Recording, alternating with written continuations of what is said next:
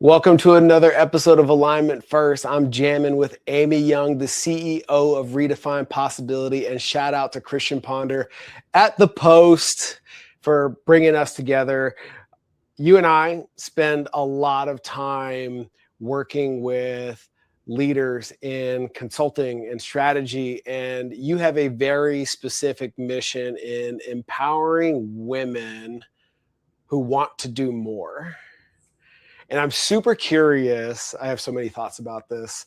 You know, my wife is a Hall of Famer in the most literal sense, and she's a Hall of Fame mom too. Um, and her and I have had a lot of discussions around her role and identity in business and motherhood and being a wife and all the things that go into being, quote unquote, a successful woman in all of those roles. So I'm super excited to unpack so much of that with you, because it sounds like it's those overlapping identities that you help your clients manage and, dare I say, no pun intended, bring into alignment. Yes, very true, very true. Hell yeah. So first and foremost, you know, being an athlete, I want to start here. You know, you played soccer at BU, Boston University, once upon a time. If you're like me, 2 good knees ago. We don't go back in years, we go back in like injury, right? Did you experience the death of identity, as I call it? You know, who am I if not a soccer player, if not an athlete? Was that a part of your journey coming into what you do now? So what's interesting is it was actually part of my journey while I was still an athlete. I had an experience where by about junior year of college, I found myself ready for more. I loved my teammates. I still loved the sport. I was also somebody who was always fighting for a starting position. Right. I was always on the roster, but it was like, you know, when you hold your breath of, is the coach going to call my name in the starting lineup, or am I just going to pray that I get off the bench and prove myself? So it was a very roller coaster-ish situation. And overall, I had a phenomenal experience. But by, I would say, our junior year, I loved what I was studying. I was always somebody who didn't see soccer as part of my profession eventually. It was a major part of who I was. But by junior year, I was ready for more. So that itch kind of started. And I remember going through a grieving process, because I remember my dad, it was Brown University, we were playing and I got playing time, but I came off the field and I had this feeling of, I'm done. I want to be done. And I was crying in the parking lot with my dad. And he was like, you know, if you really feel this strongly, you can be done. And I sat with it. And I remember thinking and feeling, I'm done, but I'm not done with my place on this team yet. So as you know, when you play at a high level, or anybody that's been part of team athletics, your team is also part of that identity. They were my friendships, right? They were my roommates. So I kind of experienced this death of my drive before I even experienced this evolution of me being a part of something bigger and greater than myself. And I think that being a part of the story of the BU women's soccer team and everything, it still hasn't left me. I still go back to alumni events. So if you want to engage with it, that part of you doesn't have to, but you have to be willing and ready to let your identity evolve. And the last thing I'll say about that is it actually made things a little bit easier, because I don't think you and I have ever talked about this. I actually didn't even get to play my final games of my career. I was in the hospital. I got very sick my senior year, and I did not get to play. I was in the hospital for our conference championship and for the first round of the NCAA tournament, where we lost. So I did not even get the chance to know that my final steps on the field were going to be my final steps on the field. And what's interesting about that is, because I went through that separation process earlier, of my emotional connection, of my identity to the sport, Yep. it was easier for me to not feel like, I don't feel as though I was robbed. Like, I think about the athletes who lost years during COVID. I personally, because I was in a place where I was ready to evolve, I didn't have to feel that loss. So in some ways, I view that experience I had as such a gift. Because I didn't have the choice, or I didn't have that official send-off, it made my evolution easier. Yeah, that's interesting, because, you know, when I played my last game, I knew it was my last game. Yeah. You know, I played 4 years straight, and when I was done, I was done. Like, it didn't crush me to turn my pads in. I left a year on the table. Yeah. You know, and I was ready for what's next. But it was very much it wasn't a snap decision, but I didn't question it when it showed up either. So I'm curious with that liminal space in between the emotional separation and then the last game that you didn't know was your last game. What's the mentality of being a productive role player with that mindset? Yeah. So such a great question, because many of us are not taught how to sit in that space, right? Especially if you are a high achiever or you're driven, and I see this with a lot of my clients, right? We are used to, if we see something we want, or we have an idea, or, you know, we go after it, we make it happen, we figure out who we need, we figure out the steps, all of that. What we're not necessarily taught to do or as adept in is sitting in the unknown, sitting in the feeling, sitting in that middle space of, I have this feeling, is it true? Does it need to be true, right? Sitting in that discomfort of trusting yourself enough and tapping into your inner intuition enough to know that, yes, this is the right answer for me. And not because my parents are telling me this, or my teammates are telling me this, or my coach, or my spouse, or whomever, right? Everybody, all of your stakeholders, right? They all, no matter how well intentioned they are, right, they all have their own views because they have a stake in your game, right? But ultimately, it's your ability to maybe take some of that feedback, but sit in the messy middle of you and listen to your own intuition. That is some of the hardest possible work that we can do, because your mind's going to try and throw all sorts of stories your way. Oh yeah. Create all sorts of outcomes and things that you should think through. But at the end of the day, and this is what, you know, we talk about when we say making decisions with intention, or, you know, being deliberate and getting back. And part of what makes these transitions easier is when you have that inner knowing, and you only get to that when you allow yourself to sit with yourself. Was it a conscious effort to create the skill of sitting still? Oh gosh. And I'm still working on it. You're always a work in progress. So I had a mentor who taught me a lot about, and this is a concept most commonly assigned to Viktor Frankl, who was a Holocaust survivor. And he has this wonderful book, Man's Search for Meaning, and he talks about the space between. And the space between is really that we all have a stimulus. We always have triggers, right? We all have triggers. There's a stimuli, something that we react to. And that's just going to happen. That happens in our daily life every day. But what tends to happen to more unconscious people is that they go straight from stimulus trigger to reaction. It's like boom, boom, right? Somebody cuts me off in traffic, you know, I'm rolling down the window and I am giving them a piece of my mind, right? Tell me you're from the East Coast without telling me you're from the East Coast. Whereas somebody who is more in tune, in touch, right, has gone through some of this work, they create a space between. There is still the stimulus trigger because we can't control the person that's cutting us off. We can't control that we get fired. We can't control all of the external factors. But we create this space where instead of going straight to reaction, we create space and we have intentional response. It's like, yes, I got cut off. Wait, I feel myself going there. Okay, I'm going to take a beat.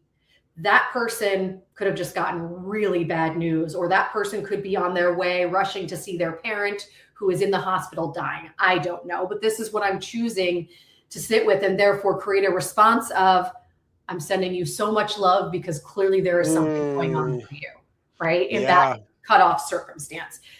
That is something I have to actively choose every day, is to respond and not react.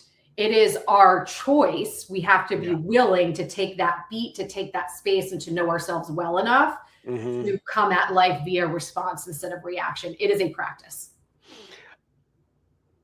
I love everything about that. And at the same time, I gave very similar wisdom to a client of mine not too long ago. And their pushback was, why am I creating an excuse for this asshole? Interesting. And I was like, that's a fair question, right? Very ego-driven in its origin, but still a very valid question.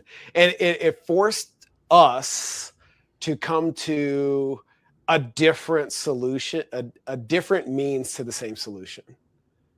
In that where you're making that conscious response with a lot of empathy in your example, where we arrived, which I thought was really cool, was what good does it do?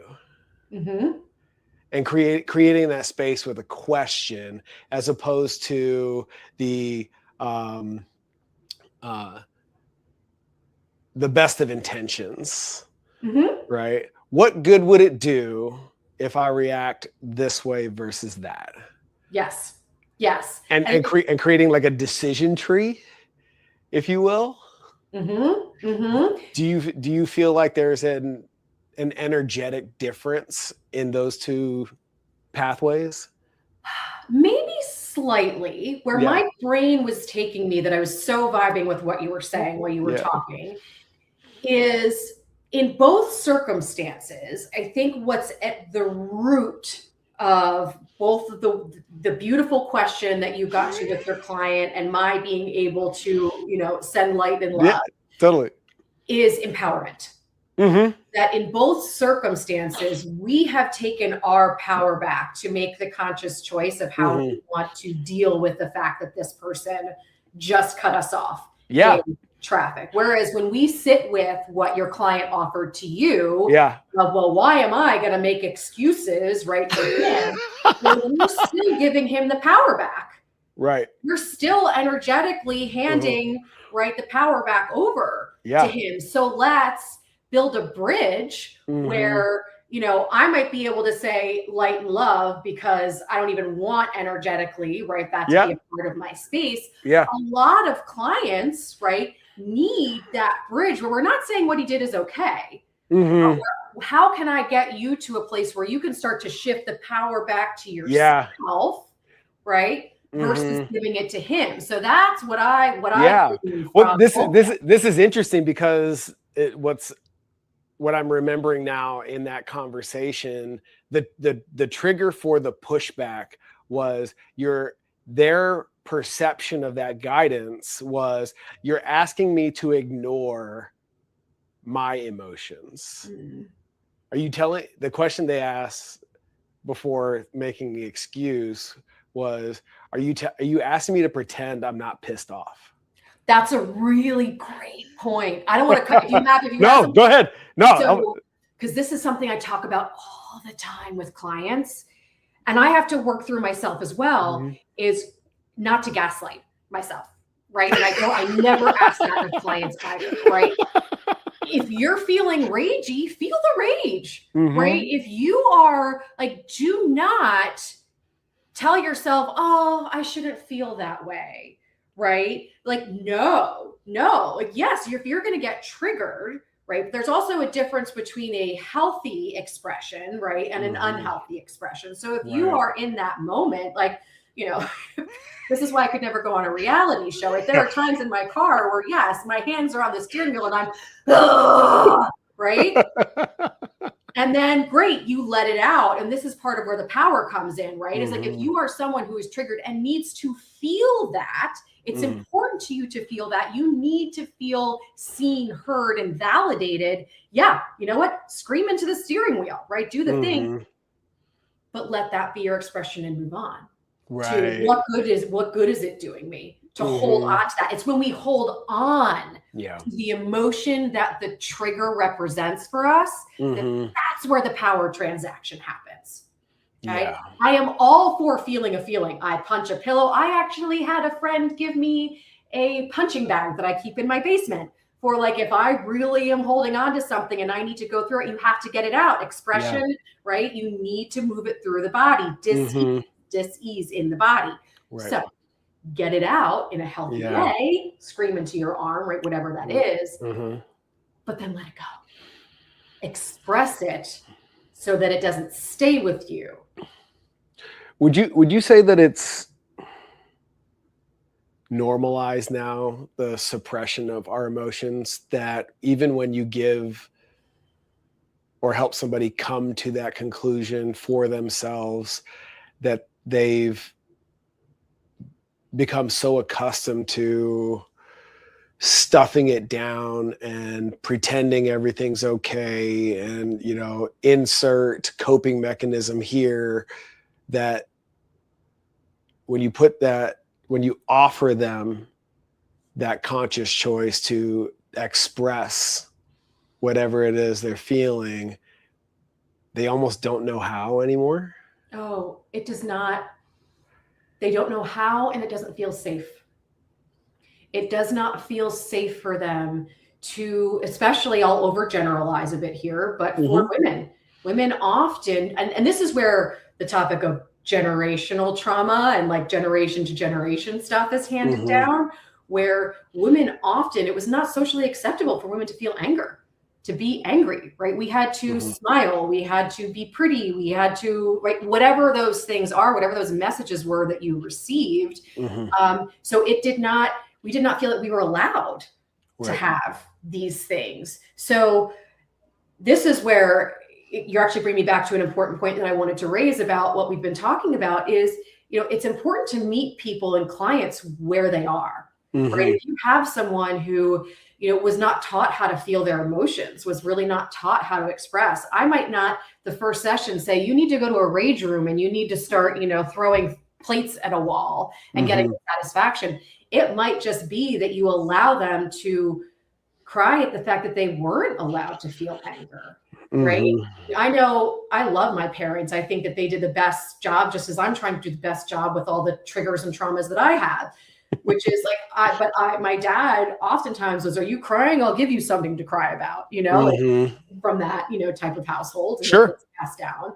And so it was like, no, stiff upper lip, right? You don't do that, right? You don't feel that. And so it took me a while to learn that, like, no, crying's okay. It's what you do with it afterwards, right? Where the power and the work really begins and where it happens. But so I think we're kind of living in this interesting duality of times where, because we're starting to understand more about the human nervous system and what emotion expression can do scientifically for us and in our bodies. And we're all trying to get to the root of, where does cancer come from, right? Where do all of these diseases really truly come from? And the effect that stress has on our systems, that more of these conversations about emotion and expression are happening, but we all are still dealing with things that have been passed down from generation to generation, where no, stiff upper lip, you put it away, you put it in your pocket, and you show up for work and you go. My hope is that there is a meeting coming in somewhere, because I also still feel as though, you know what? Yeah, there are some days where you have to show up and you still have to go to work.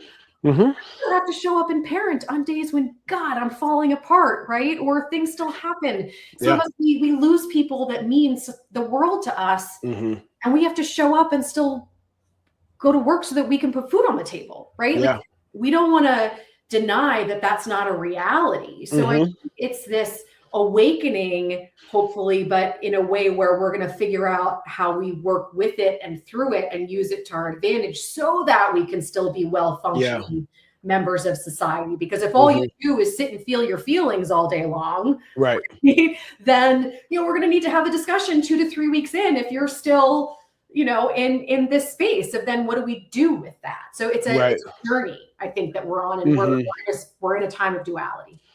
What are you seeing in women in positions of leadership that is counterproductive to who they want to be for themselves? Yeah.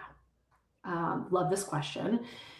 Because what I see from we'll say almost a certain level of leader, right? Well, I'm going to generalize because titles mean different things at different companies, right? Sure. But the kind of director, VP level, like you're an executive, but you're not that well tenured, right? And you've proved yourself to the point where they've given you the big job with the responsibility and the team and all these things.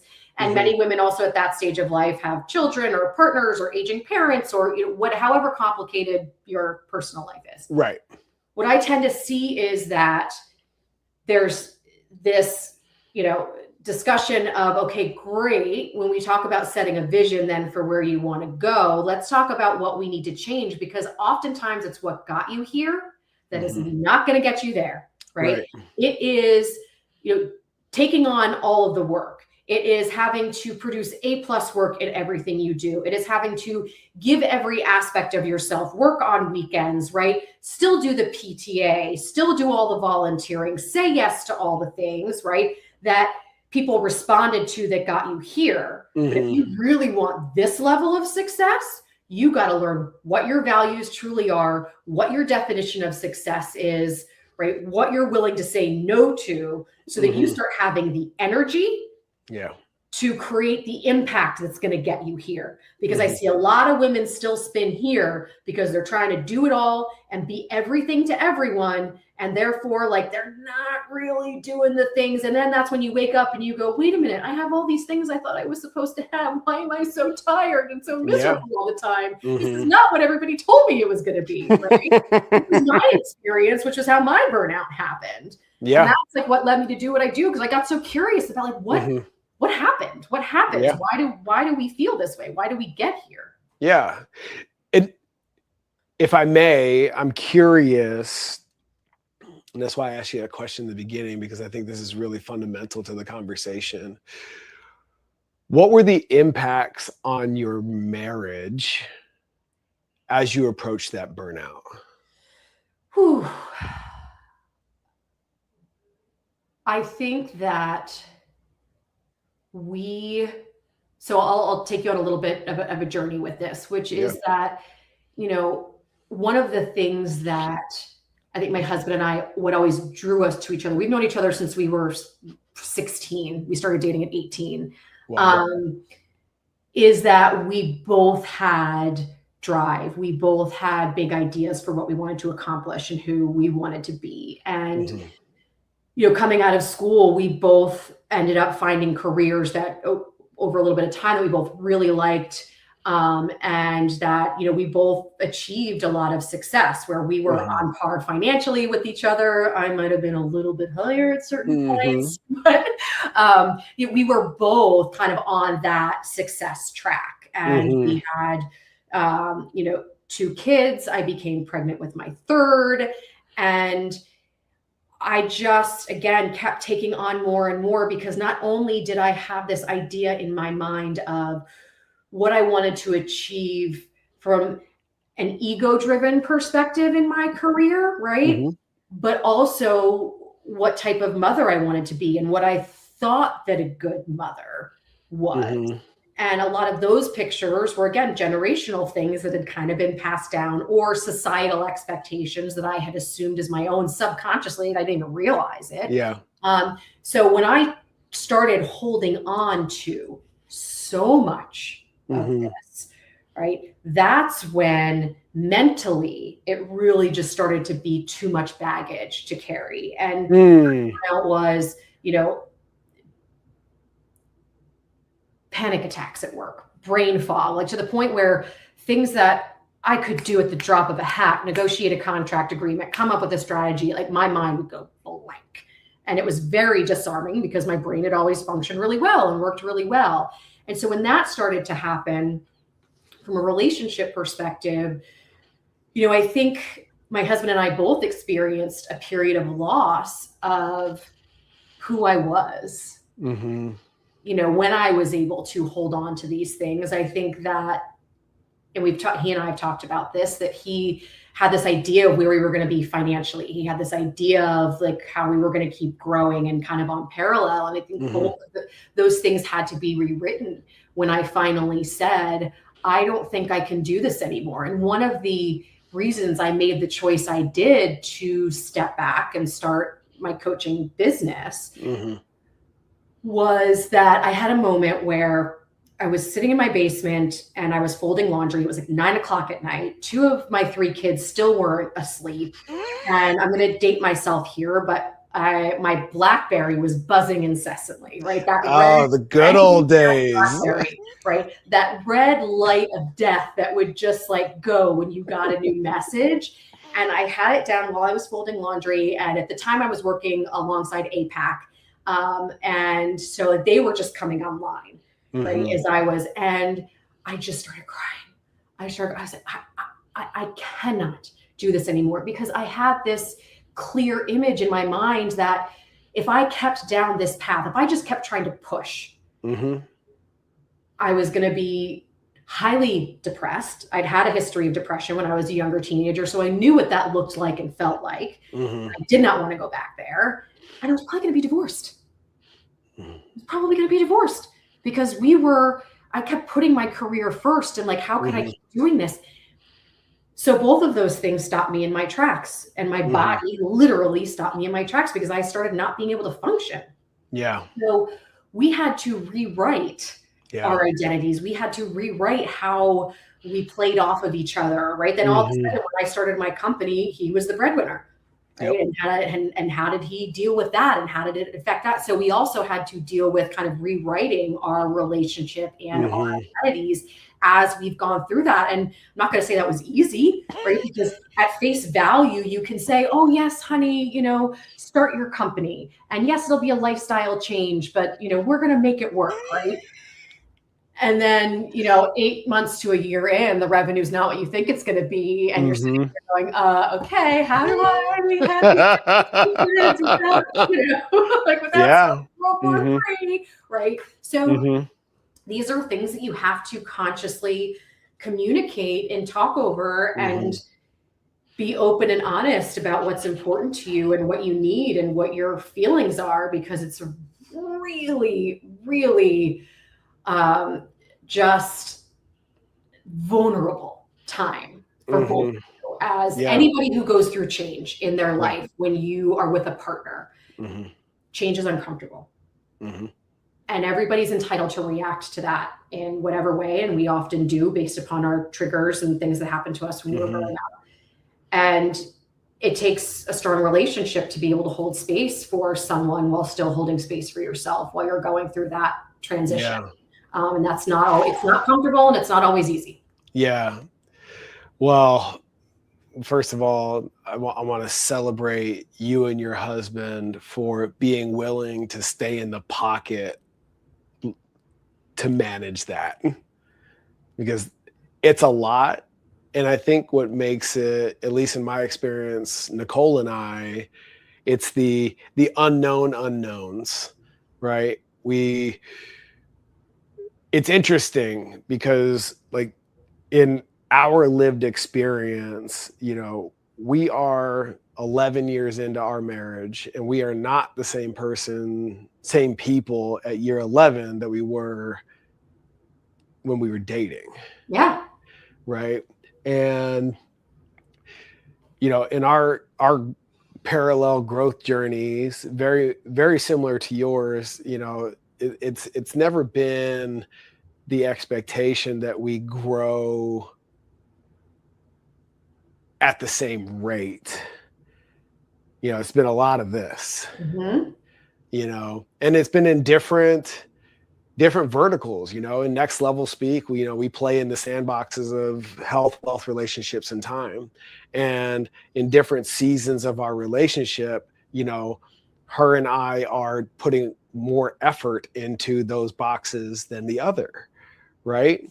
But the expectation has always been like, just be growing. Right.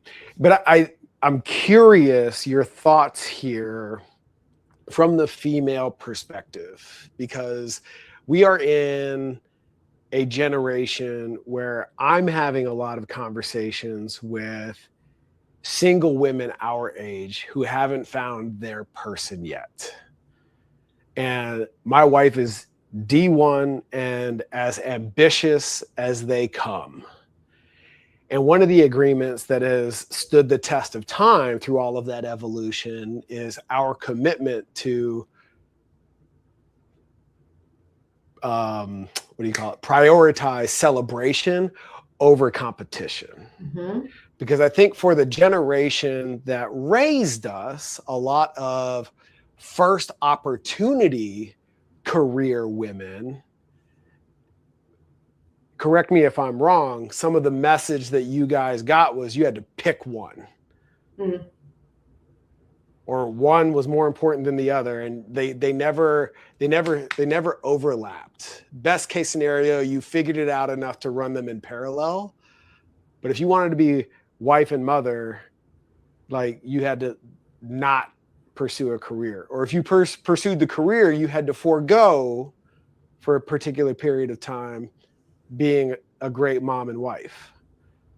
And where I feel like in the conversations that I'm engaged in, it sounds like the unlearning in that message is, as men, if I could generalize and mansplain for a second, we compete enough. Like the divine masculine is riddled with competition. The last thing I want to do is come home and continue to compete with my other half. I want to celebrate with her. She wants to celebrate with me. And I think this is very much a byproduct of my own work and my own journey to bring that conversation to the forefront consciously and just put it out there. Right. I'm curious, like, for your lived experience, everything that you've gone through with your husband and the work that you do now, is that just a story that I'm creating based on what I'm seeing and hearing, or is that a legitimate dynamic that is at play here?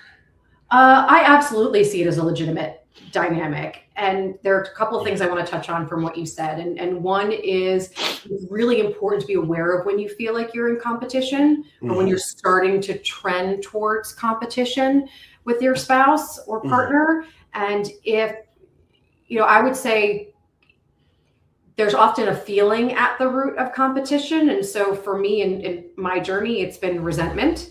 Anytime I have felt resentful towards my husband, and we joke about this because the way it still happens now is, he travels a lot for work, and my oldest son calls it his business vacations, because, he has a lot of clients in Los Angeles. He has a client in London. So he'll just tell me, I have a trip in 2 weeks, and he'll be able to just get on the plane and go. Meanwhile, when I was in a job that had a tremendous amount of travel, if I said I have to get on a plane in 2 weeks, that meant that part of my time was spent organizing carpools and pickups and childcare and all the things. And that is very real for a lot of women who are both hats.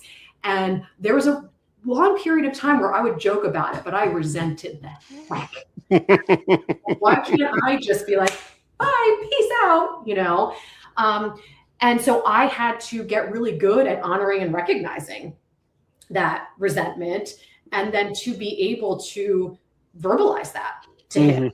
Because one of the worst things and one of the most poisonous things for our relationship was when I wasn't verbalizing it in a healthy way, because it would come out as snide side comments, right? It would come out as like me humping around the house whenever, like, or, or giving him a hard time when he would tell me that he had to go. Because ultimately, at the end of the day, I want him to be as successful as he wants to be. And travel is a big part of that. And we get a lot of benefits from his travel. We have so many points from him traveling and hotel miles that we're now using for all of our lacrosse tournaments in Delaware, right?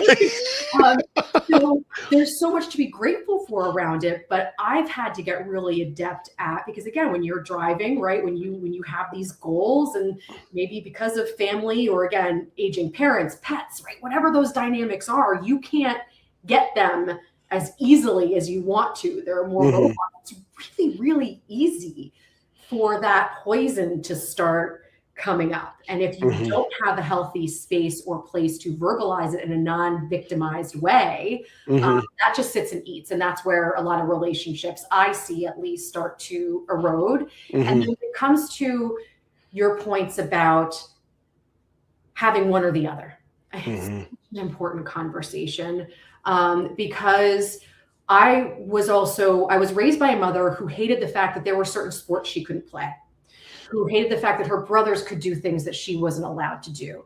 She was forced to do chores while her brothers were allowed to go back, in the backyard and practice their sport. She was a competitive person. So the way I have two older brothers, and the way that she raised me was very much, well, I don't want to ask Amy to do anything that I wouldn't ask her brothers to do, and vice versa. And she's always shared with me that, she's a little jealous that, I got to play soccer because soccer wasn't an option for her, right? My daughter now is really into ice hockey. She's like, I think it's amazing. Like, that was never an option, right, for us. I would have loved to have played. She's like, I was only allowed field hockey or tennis, right, or track. I think those were like options at the time that she had. So she very much raised me in an environment of, you should do whatever it is that you want to do, like rah, rah, right, that. I even had this Barbie board game called like We Girls Can Do Anything. And it was, Barbie's that, Barbie's this and that, all these things. And I got to a point in my career where I was like, yeah, you know what? That's great. But you also didn't tell me that then I was going to have to do everything, right? Yes, I can do anything. But we're still living in this period where then that means that to do everything, I have to do everything, right? And that was where I felt like we need to be having more conversations about this, and also give women more permission to not do everything, give women more permission to want the career and the family and make it possible for them, but then also have a conversation about, how you have boundaries, and how you bring in a house manager, and how you spend your money effectively, right, for childcare. And let's have a real conversation about the childcare system, right? So that, yes, you can have both, but that doesn't mean that you need to drive yourself into the ground doing it all, because we've still operated under the assumption and putting it upon women that they need to do it all. So when I see younger women, I think they've seen so many other women like me or others who have opted out of corporate America because we were just carrying too much. And it wasn't sustainable. And so therefore, if you're going to offer me a choice between the career and the family, right? 8 out of 10, and no judgment if that wasn't your choice, but like most of us will take family at that point. And especially if we have a providing partner who is able to take that load for us. I also know many women who their choice was to stay and their partners then chose to stay at home. But there are not as many when you reach a certain level that do not have a partner or an extreme support system helping them. I know that was my experience when I was an executive at CBS. And I looked at my boss, who was the president of ad sales, and all of the other senior women in the company who I admired very, very much. Many of them had either one or no children. And there I was trying to do it with 3 at a certain point. It's valid. You start to look ahead of you and say, okay, well, how do they make it work? And you look and you go, oh, well, they don't. They don't have the same. They didn't make the same choices that I did. And so we need more examples of more women who are doing both, but then who are open and honest about how they do it all and have the systems to be able to do it all. Yeah. I think we see a lot of, we hear a lot of cautionary tales. And my hope is that with the next generation, like with what I'm trying to do with my daughter, right, is have open and honest conversations about how to invest, how to save money, right, how to go after a promotion, but also the fact that, you know, let's talk about how you're going to spend your income eventually so that you have support systems. Hey, send your laundry out, right? Get the service. Maybe you don't live in the 7-bedroom house. Maybe you live in a 4-bedroom house, but you're able to put all of your focus and attention on whatever lights you up because you have the support system that gives you energy. Let's talk about what success means for you, right? That's the one. Yeah. Does success mean making 800,000 to $1 million a year? Or does success mean being able to use your gifts and yes, make a good living and do whatever it is you want to do, but have the freedom to make whatever choice it is you want to make because you have the energy to create, to lead a team, to do all those things? I think that's the missing conversation, is helping, you know, we always, you know, talk shit about our generation's high school experience and like the stress of having to have it all figured out and what you're going to do with your life at 17, 18 years old. And obviously the answer is who the fuck knows, you know? And even if you had asked me leaving the Marine Corps, if this is the work that I'd be doing, I couldn't call it. You know, like when I left the uniform, I was full head of steam for the rest of my life. I was going to make a living helping people sweat and smile in the gym. You know what I mean? And I don't do any of that anymore. But I think is particularly for women, what would be really helpful in a proactive way is defining what success looks like to you, right? And figure if you paint the utopian picture of your life circumstance and say, when I've checked all of these boxes, I've made it, right? What is the path, the trajectory in next level speak? What's the next easiest step that moves me towards that? And it is not exclusive to women, but I think is extremely helpful to women because now you get to color outside the lines. Yes. You get to look at your career path in a way that, you know, like I go back to my wife, Nicole, and, you know, her being a Hall of Fame mom. Okay. How do I meet that criteria and bring money into the household? Right.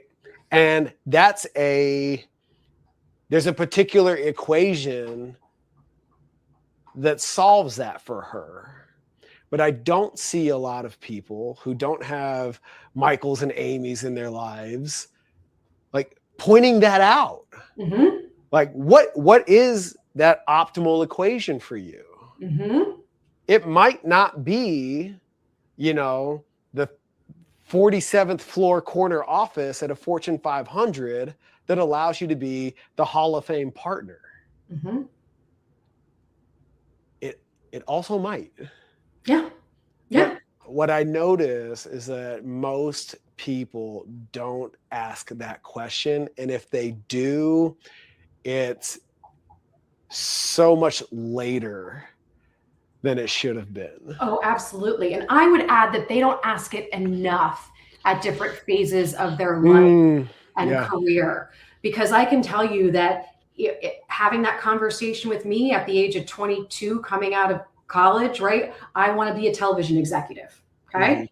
And I got that. And then where the burnout started to creep in was when I had this inner knowing of, well, oh, I don't think I want this anymore. I got it. Oh, what? Okay. I'm cutting you off on purpose because there's a parallel here. Like because I think you've done this twice in soccer. And I'm almost positive based on your energy, you know where I'm going. Like that moment in soccer prepared you for not realizing I don't want this anymore, in like a very empowering way, gave you confidence to do what's next. Mm-hmm. Yes or no? Yes. Okay. So there's like an element of pattern recognition here. Like, ooh, this is a different circumstance, but like I've seen this movie before. Mm-hmm. Mm-hmm. So was it emotionally different? It's interesting because I don't think I've ever thought about these two together. So thank you for drawing that through line for me, because they were both driven by an inner knowing, Mm-hmm. and they were both having the ability to trust that it was all going to work out in some way, shape, or form, even though I was terrified as hell. Right. And I was like, there's so much of this that feels so scary. Mm-hmm. Right. If I don't do this, if I don't listen to this, if I don't honor this, I don't like the feeling of where this is going to go. Mm-hmm.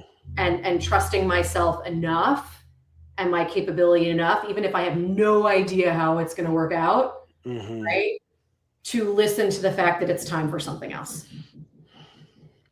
It's that trust in mm-hmm. myself that has enabled me to make these changes.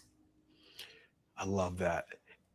And I'm going to dive back into your marriage again. How do you and your husband manage the conversation, what we would call updating and upgrading your agreements? Like what are the signals that you're paying attention to that set off your spider sense? It's like, oh, wait a minute, we're living in an outdated agreement. That what we're doing used to work and now it's not. Yeah.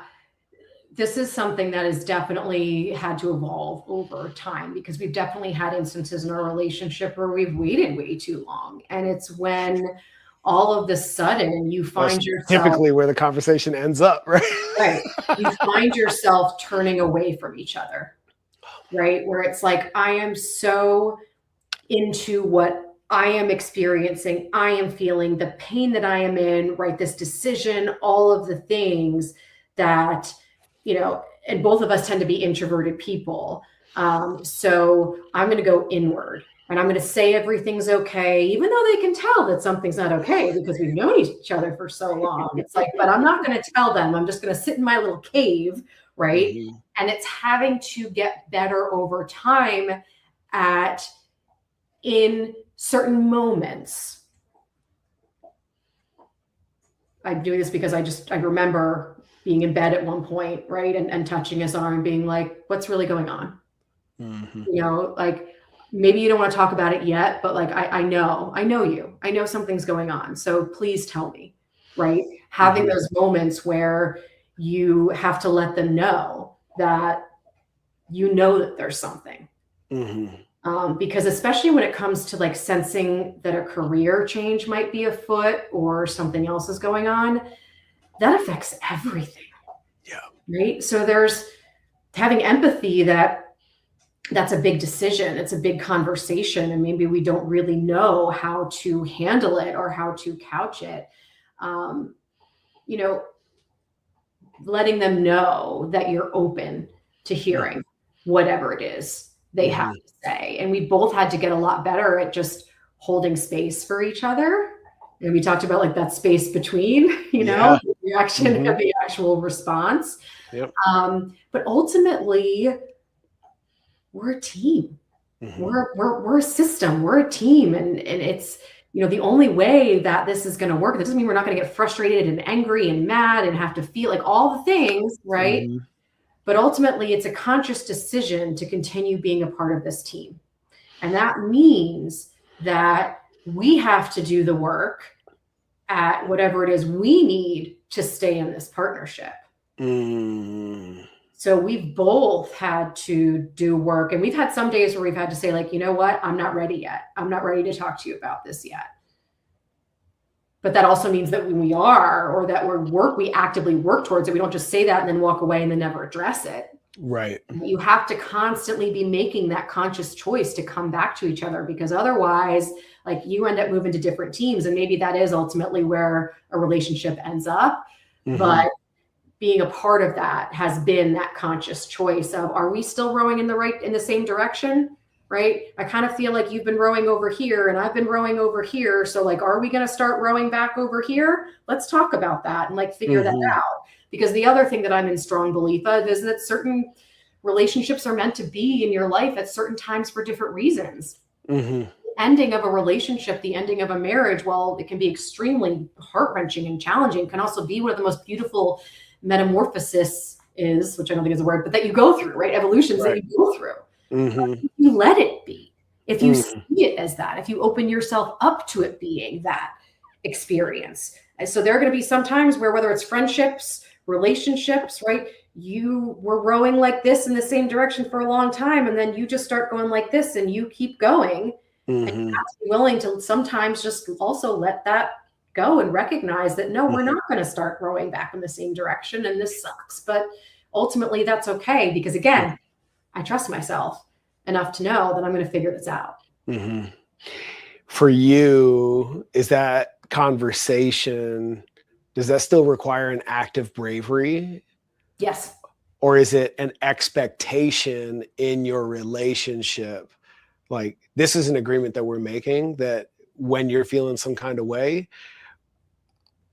it is my expectation of you that we acknowledge it. We don't have to attack it right here, right now, but we need to acknowledge the elephant in the room. Or, so expectations versus, like, just straight up courage.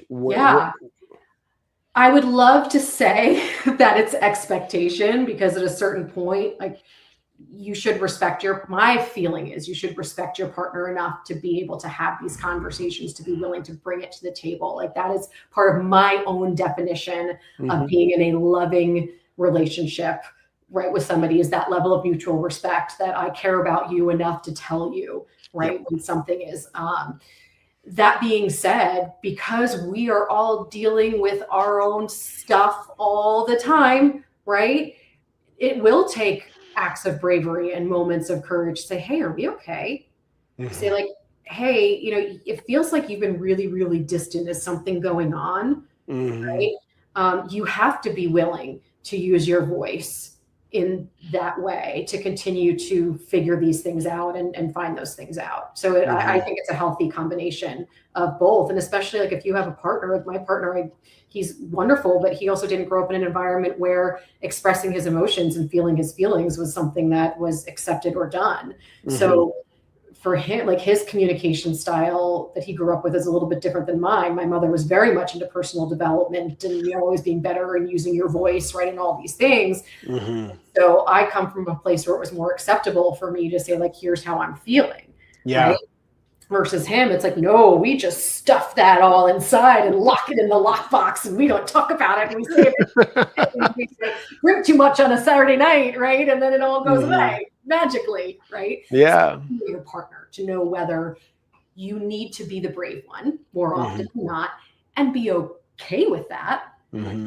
Or if you're in a relationship with somebody who maybe is more comfortable, and there is that back and forth without you having to ask for it. I think what you're bringing up is something I literally just brought this to a client's consciousness this week. And what you're doing such a beautiful job explaining is why mind reading doesn't work. Because for example, you and I, the truth is you and I, right here, right now, are in this conversation, this back and forth. And what most don't realize is that for as good a time as I think we're having right here, right now, we are having two totally different experiences of this conversation. And where it's really important, and where I think it falls apart when you're not updating and upgrading these agreements with whoever, most importantly yourself, Yes. is you run the risk of creating a story that your experience is the same as my experience. And I don't care how you slice it, that will never be the case. Yeah. Yeah. What shows up for you when I set the table that way? It goes back to fundamentally, as human beings, why society has continued to exist over hundreds and thousands of years, right? Is that if we were not self-driven, if we were not self-focused, right, humanity probably would have died out ages ago. It's these, what, as I've gone deeper into neuroscience and all of these aspects of how human beings, how we're made and how we think, there's so many things about us and about the way our brains work that have not really truly evolved all of that much since caveman days, right? We still have fight or flight, freeze, fawn, right? And it goes back to, is there a saber-toothed tiger that's going to jump out as soon as I leave the cave? So it's all about self-preservation. So your brain's job is to make sure that you wake up every day and you are breathing, right? If you do that, it's like high five, right? So any change, anything that's different than the way that you're currently operating, your brain sees as a threat is going to actively try and shut it down. So just in the context of what you just said, it makes me think about, like, yeah, we are all fundamentally wired to be selfish. We are all fundamentally wired to look after ourselves. So of course, we're just focused on our experience and being in a victim mindset of how this affects me and like, what will this mean for me, right? It's a conscious effort to think about others. 100% a conscious effort to think about others. It's not the way that we're built. So yeah, it's every day having to make that choice to have the conversation or not to, and then what that means. Yeah. And I think it's so cool that your mom was hip to this game. And it sounds like she embodied the work, right? Beyond telling you that it's okay. Like it seems like there was like, she exemplified it too. She like lived it, right? Whereas I got really lucky after I got kicked out of school and I was, licking my wounds and trying to figure out how to get back on my feet. I accepted an invitation into a workshop that was like, that introduced me to myself, and I start to peel back the layers of what it is that Michael really wants from this experience called life, and building, the great part about rock bottom and losing it all is you get to build it from scratch. And like build it in a way that is truly of your own making and not on the foundation of other people's expectations and stuff like that. Now, if I had to choose, I'd much rather have done it your way. Like, oh, this is cool. All right. And, but still it's either which way, it requires a very conscious decision of ownership in terms of how you want to experience your life. And I think what's so cool about the work you're doing is you're helping people take ownership of that power and then helping them manage whatever that next easiest step is that creates that compounding interest. And then all of a sudden it's just like, oh, you mean I can be in flow? Yeah. All the time? Yeah. Holy shit. And so I applaud you and your mission and the servant leadership that you're bringing forth to women who want it all, but if they're not careful, they will convince themselves that they can't. Yes. And it's interesting because on your scroll, right, you have for women inspired to do more. And I just want to point out that more doesn't always mean more, right? Oh, More yeah. Tell me more. Come on. More can mean less, right? You can have more in your life by doing less. You can have more in your life by just creating other impact. So it's really born. My mission is that no other woman has to wake up like I did every day wanting to just cry at the fact that they have to go do this work, or that they don't know how they're going to get through the day, or just they're going to lament what happened to me, right? I want no other woman to experience that same level, that depth of loss that I felt in feeling like I wasn't myself, my career fell apart, right? All of these things.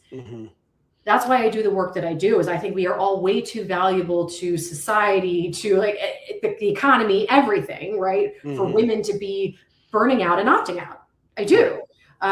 So yes, it comes from a place of like, let's figure out what lights you up. Let's figure out what that definition of success is. Let's figure out what ultimately makes you you, and set that vision, and then give yourself permission to do the work to start to move forward towards it. Yeah. Amy, where can everybody find you and work with you? And you have a newsletter out as well, right? Where can they find all things Amy? Yes. So I'm available via email at amyyoung@redefinepossibility.com. I spend most of my time on Instagram and LinkedIn, so you can connect with me there. And I do have my email newsletter, and I have a digital magazine as well called Redefine Possibility, where I connect with women. So I would love to hear from anybody who, even if it's just thank you, what you said resonated. That means that I'm doing what I set out to do. I love it. Well, you have an ally in your mission in me and my audience. So I'm so grateful for you. I really appreciate you making the time. You're one of the busiest women I know, and you're managing to do it well on every level from what I can see. Well, thank you. I am just equally as like this with you. Like just gush forever. But no, thank you. This has been a true honor to be able to talk with you and share a little bit more about my story and hear more about yours. Right on. You're the best. For everybody that's out there trying to be the fittest leader possible, head over to nextlevelhq.co. You can find the podcast, you can find the newsletter, and you'll have access to our leader quiz that will bring you into our leaders forum. But all of that requires integrity, courage, and ownership built on the foundation of alignment first. We'll see you next time.